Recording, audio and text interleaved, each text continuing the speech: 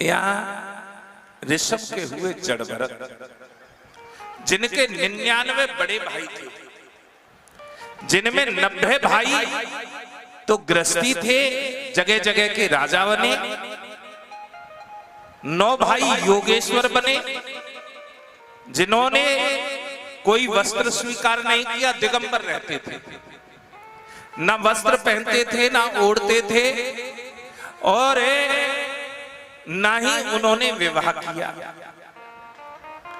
एक थे जड़ भरत, और जड़ भरत वंश परंपरागत अनुसार राज्य को छोड़कर चले गए और गंडकी नदी के सहारे जाकर तप करना प्रारंभ कर देते हैं। जब गंडकी नदी के सहारे जाकर तप करना प्रारंभ किया तो आज यहां समय की चाल है, एक दृश्य ने उनकी सारी सृष्टि को बदल दिया।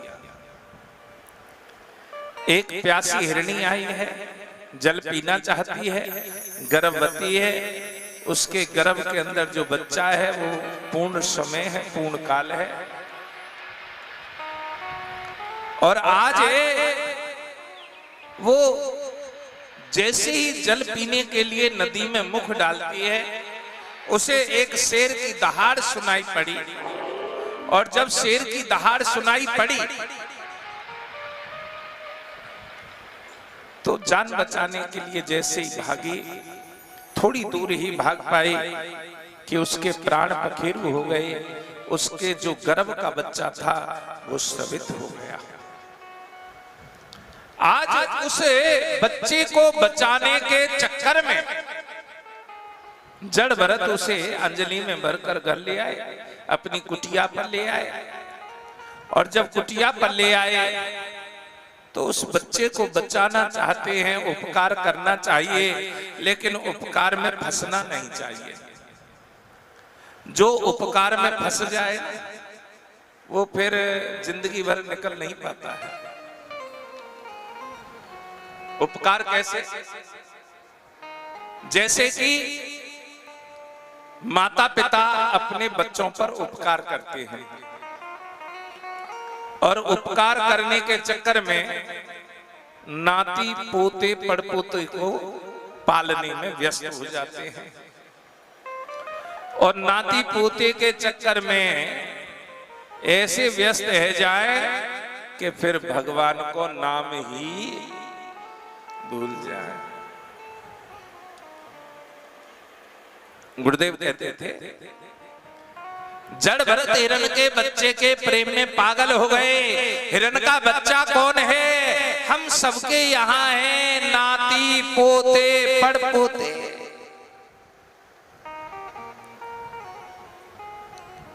क्या कह रहा? मनोज के छोरा के चक्कर में ही ध्यान रहा है। मनोज तो ऐसा ही है,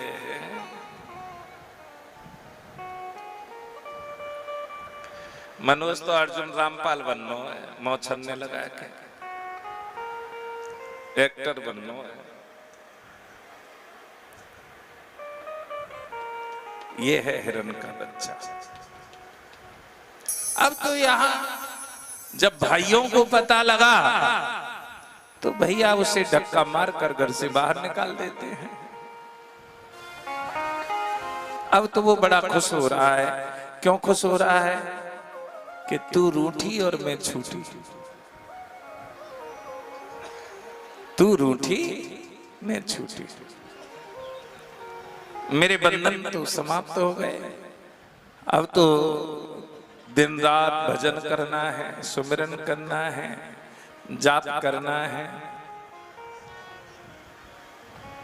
और जाप भी करते करते वहां माँ भद्रकाली के सेवकों ने पकड़कर ले जाते हैं बलि चढ़ाने के लिए, लेकिन माँ भद्रकाली ही प्रकट होकर उनकी रक्षा करती हैं। अथ सिंधु सोविरे पते रहुगढ़ से व्रजत। एक बार सिंधु सौवीर देश के राजा रहुगढ़ पालकी में बैठकर जा रहे थे। उसमें एक काहिरे की आवश्यकता पड़ गई और जड़ भरत को ले जाकर लगा दिया। यदा ही तुझ वर्षेषु मात्रा वलोकानुगरते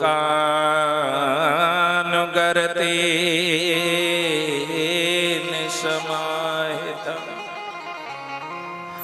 लेकिन जड़ भरत कुदक कुदक कर चलते हैं और जब जड़ भरत कुदक कुदक कर चलते हैं तो राजा रहुगण का सिर बार बार पालकी में लगता है। राजा रहुगण कहने लगे क्या तेरे पर चलना नहीं आता?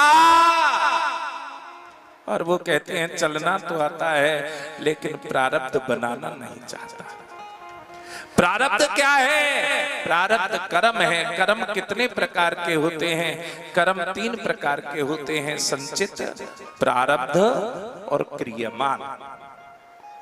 संचित जिसका फल हमें अभी मिला नहीं है लेकिन एक दिन भोगना पड़ेगा। जैसे भीष्म पितामह बाड़ों की सैया पर लेटे हुए थे, मुकुंद से कहते मुकुंद मैं अपने 100 जन्मों को देख सकता हूं, मैंने ऐसा कोई अपराध नहीं किया, लेकिन मेरी नस नस में तीर चुभे हुए हैं। 3 जन्म पीछे और देखो, अब मेरे में सामर्थ्य नहीं।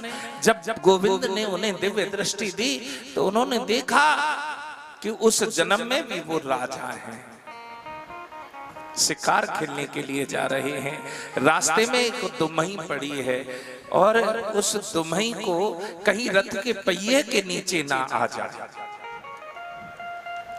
कहीं घोड़ा देखकर बिदक ना जाए, इसलिए उन्होंने बिना काम का एक तीर छोड़ा जिससे वो दुमही रास्ते से हटकर अन्य जगह पर जा गिरे। लेकिन वो दुमही एक कटीली झाड़ी में जा गिरी। जितने कांटे उसके शरीर में चुभे उतने तीर तो भीष्म पितामह के शरीर में चुभे हुए थे और जितने दिन तक वो तड़फे उतने दिन तक यहाँ वो तड़फे। कर्म प्रधान विश्व रचिराखा, कर्म प्रधान है। दूसरा प्रारब्ध। पहले तो प्रारब्ध बनो और पाछे बनो शरीर। पहले प्रारब्ध बनता है फिर ये शरीर। ये बेटा बेटी धन दौलत मान बढ़ाई बहुएं पतिदेव पत्नी ये सब तुम्हारा पुराने जन्म का कर्म है।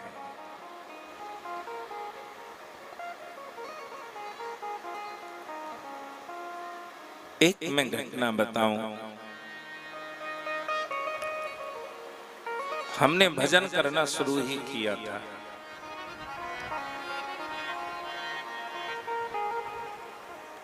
और भजन करना जब शुरू किया तो आश्रम में एक वैश्य परिवार की महिला दीक्षित हो जाती हैं और वो रोजाना रोती। तो हमने कहा कि माँ रोती क्यों हो? तो वो कहती कि तुम गुरु जी हो, तुम जानो।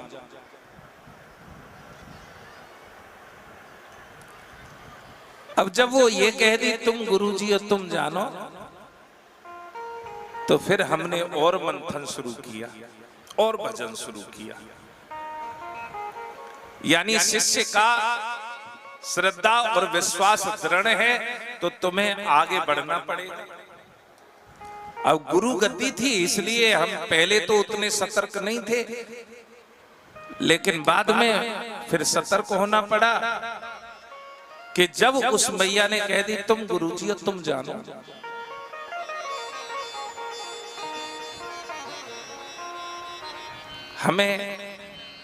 हमने पढ़ भी रखा था और सुन भी रखा था कि यदि गुरु ही बंधनों से मुक्त नहीं है तो वो शिष्य को कदापि बंधनों से मुक्त नहीं कर सकता। हमने भजन को और बढ़ाया और जब भजन को बढ़ाया तो 3 महीने पश्चात हमने मां से फिर कहा, अपने उस शिष्य से, उस बनिया परिवार की महिला से, माता से हमने कहा, माँ क्यों रो रही है? कि तुम जानो, तुम गुरुजी हो। हमने कहा हम जाने तो अब तुझे बताएं। कि हाँ। मैंने कि तेरी बेटी तुझे मारती है। तो वो और जोर से रोने लगी कि दुनिया की बहू या बेटा दुखी करते हैं, बेटी किसी की दुखी नहीं करती, लेकिन मेरी बेटी तो मेरी पक्की दुश्मन है। मैंने कहा तुम्हें पता है वो तुम्हारी बेटी कौन है? नहीं। हमने कहा अच्छा वो सुंदर भी नहीं थी ज्यादा, वैसे परिवार से तो थी लेकिन वो सुंदर नहीं थी। चेचक के दाग थे, माता के दाग। शायद आप लोगों ने उनसे मिले होंगे आप लोग। चेचक के दाग थे, पतली सी लंबी सी जो थी। तो हमने कहा कि तुम्हारे कोई संतान नहीं हुई? कि नहीं।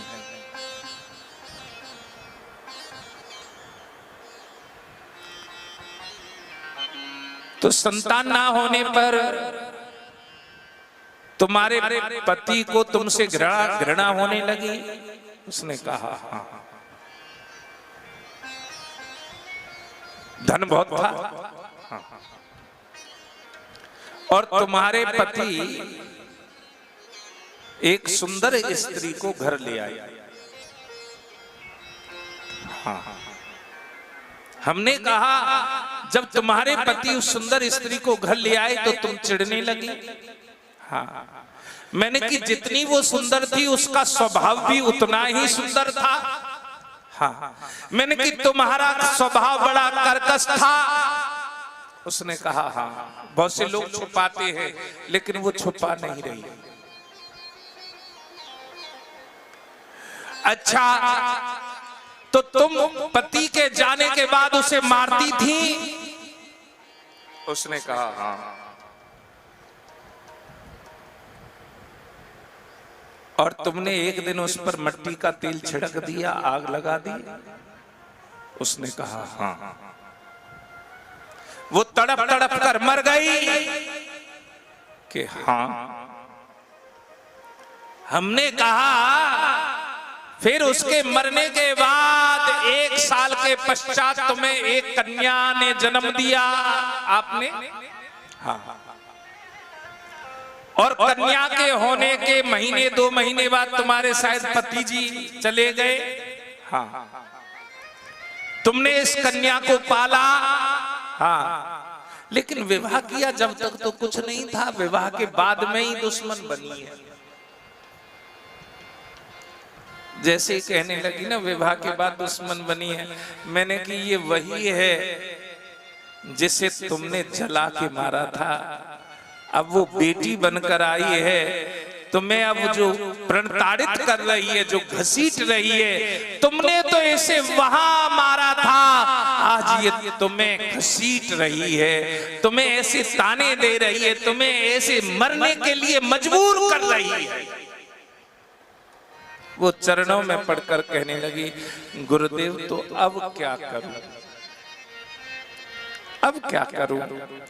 हमने कहा गुरुओं के पास तो केवल एक साधन होता है भजन का।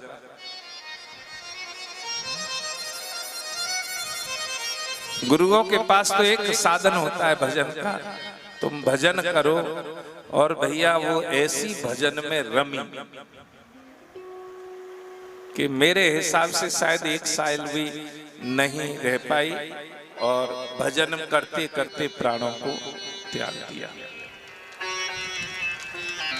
तो कहने का आशय क्या है?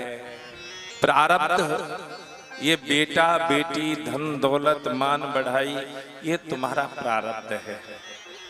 और तीसरा कर्म है क्रियमान, जो कलयुग में उसकी अलग व्यवस्था है।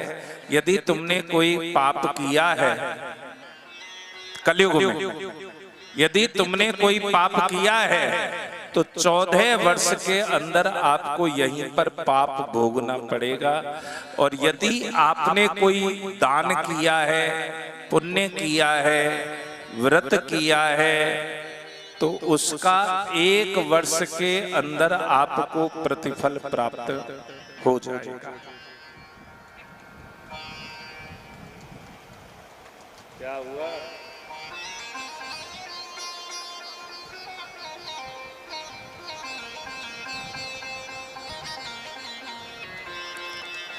यदि तुमने कोई दान किया है, पुण्य किया है, तो ज्यादा समय नहीं लगेगा भैया। इन स्पीकरों को तो खोलो बेटा, या ये सामने के खोलो।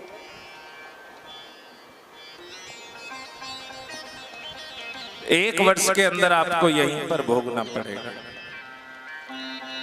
इसलिए कलयुग में दान सबसे ज्यादा है। लेकिन हमारे एक साधक दान करते थे तो अपने नौकर से कहते कि मेरे आंखों पे पट्टी बांध दे।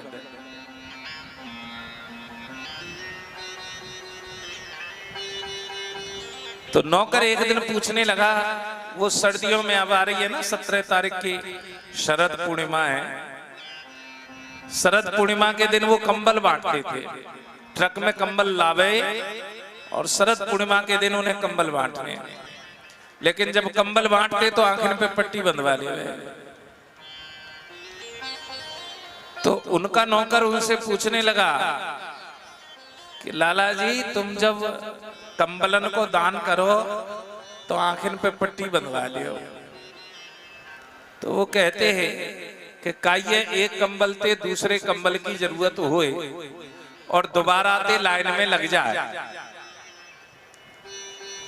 दोबारा ते लाइन में लग जाए। तो यदि मैंने उसे एक बार देख लिया तो मेरे मन में दोबारा जरूर आएगा, तू तो पहले ले गो, फिर दोबारा ते लाइन में लग गो। मुझे तो एक ट्रक कंबल दान करने हैं, का ये एक की जरूरत होगी तो एक बार में ले जाएगो, और का ये 4 की जरूरत होगी तो 4 बार लाइन में लग जाएगो। वो कहा ले लो, अन्यथा देखने के पश्चात तो मन में विचार जरूर आए। एक बार ले जाए, 2 बार ले जाए और चौथी बार आवेगो तो फिर जरूर झुझला जावे, बार बार निकल आते। तो दान करने वाले भी एक से एक बड़े बड़े हैं।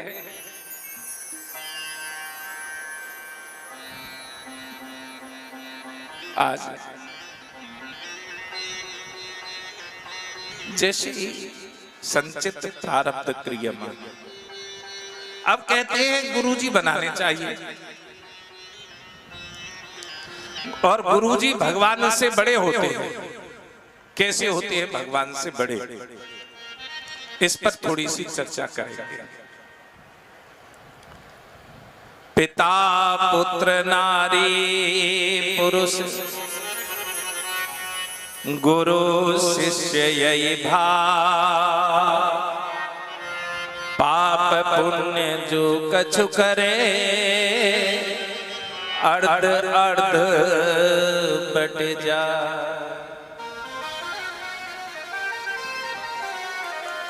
पिता पुत्र, बाप जो पाप करता है उसके आधे पाप की हकदार उसकी संतान होती है। बुजुर्ग कहते आए हैं, कल्ले तेरी औलाद भोगनों पड़ेगो जब पता लगेगी। बाप जो पाप करता है उसका आधा पाप उसकी संतान को भोगना पड़ता है, और संतान जो पुण्य करती है उसका आधा पुण्य माता पिता के लिए चला जाता है। जैसे माता की याद में ये कथा हो रही है।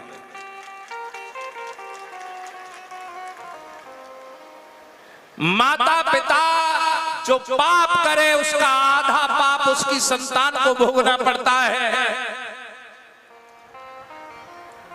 एक आदमी को चोरी करने की आदत थी और उसकी पत्नी भी ऐसी थी, तो वो बात करते करते भी चोरी करके ले जावे। तो काई ने समझाई कि देख चोरी मत करे करे, नहीं तो तेरी औलादे भोगना पड़ेगा। तो वो औरत आदमी से कहने लगी ऐसे करो, तुम तो बाप हो, तुम छोड़ दो, लेकिन मुंह पे ना छोड़ी जावेगी। तो उसका नाम बदनाम हो गया पूरे गांव में। कहीं भी जावे तो सबरी जनी पहले चोटी आ रही है, चोटी आ रही है, ध्यान से रखियो। तो एक गांव की बुजुर्ग महिला थी, वो कहने लगी मेरे घर चोरी करके ले जाए जब जाना।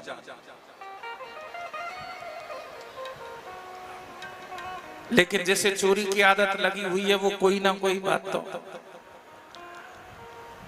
अब वो बुजुर्ग महिला ने वो चोरी करने वाली महिला को बुला लिया, बात करती रही और बात करते करते महिला की नजर कहां पड़ी, जो चूल्हे में रोटी सेकने के लिए मैया एक ईंट पत्थर या ट्यूब बना दे। हमारे यहाँ तो ट्यूब बोले, तुम्हारे यहाँ क्या बोलते मुझे नहीं पता।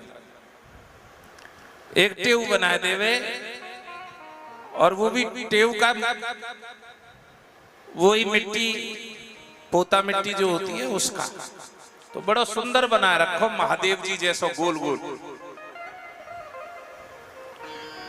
अब जो वो चोरी करने वाली महिला थी वो बहुत देर से सोच रही कहाँ चोरूं। वो तो बात कर रही, बात करते करते हाँ ठीक है बहन ठीक है, लेकिन वह की नजर चली गई वह चूल्हे पे टेहुआ।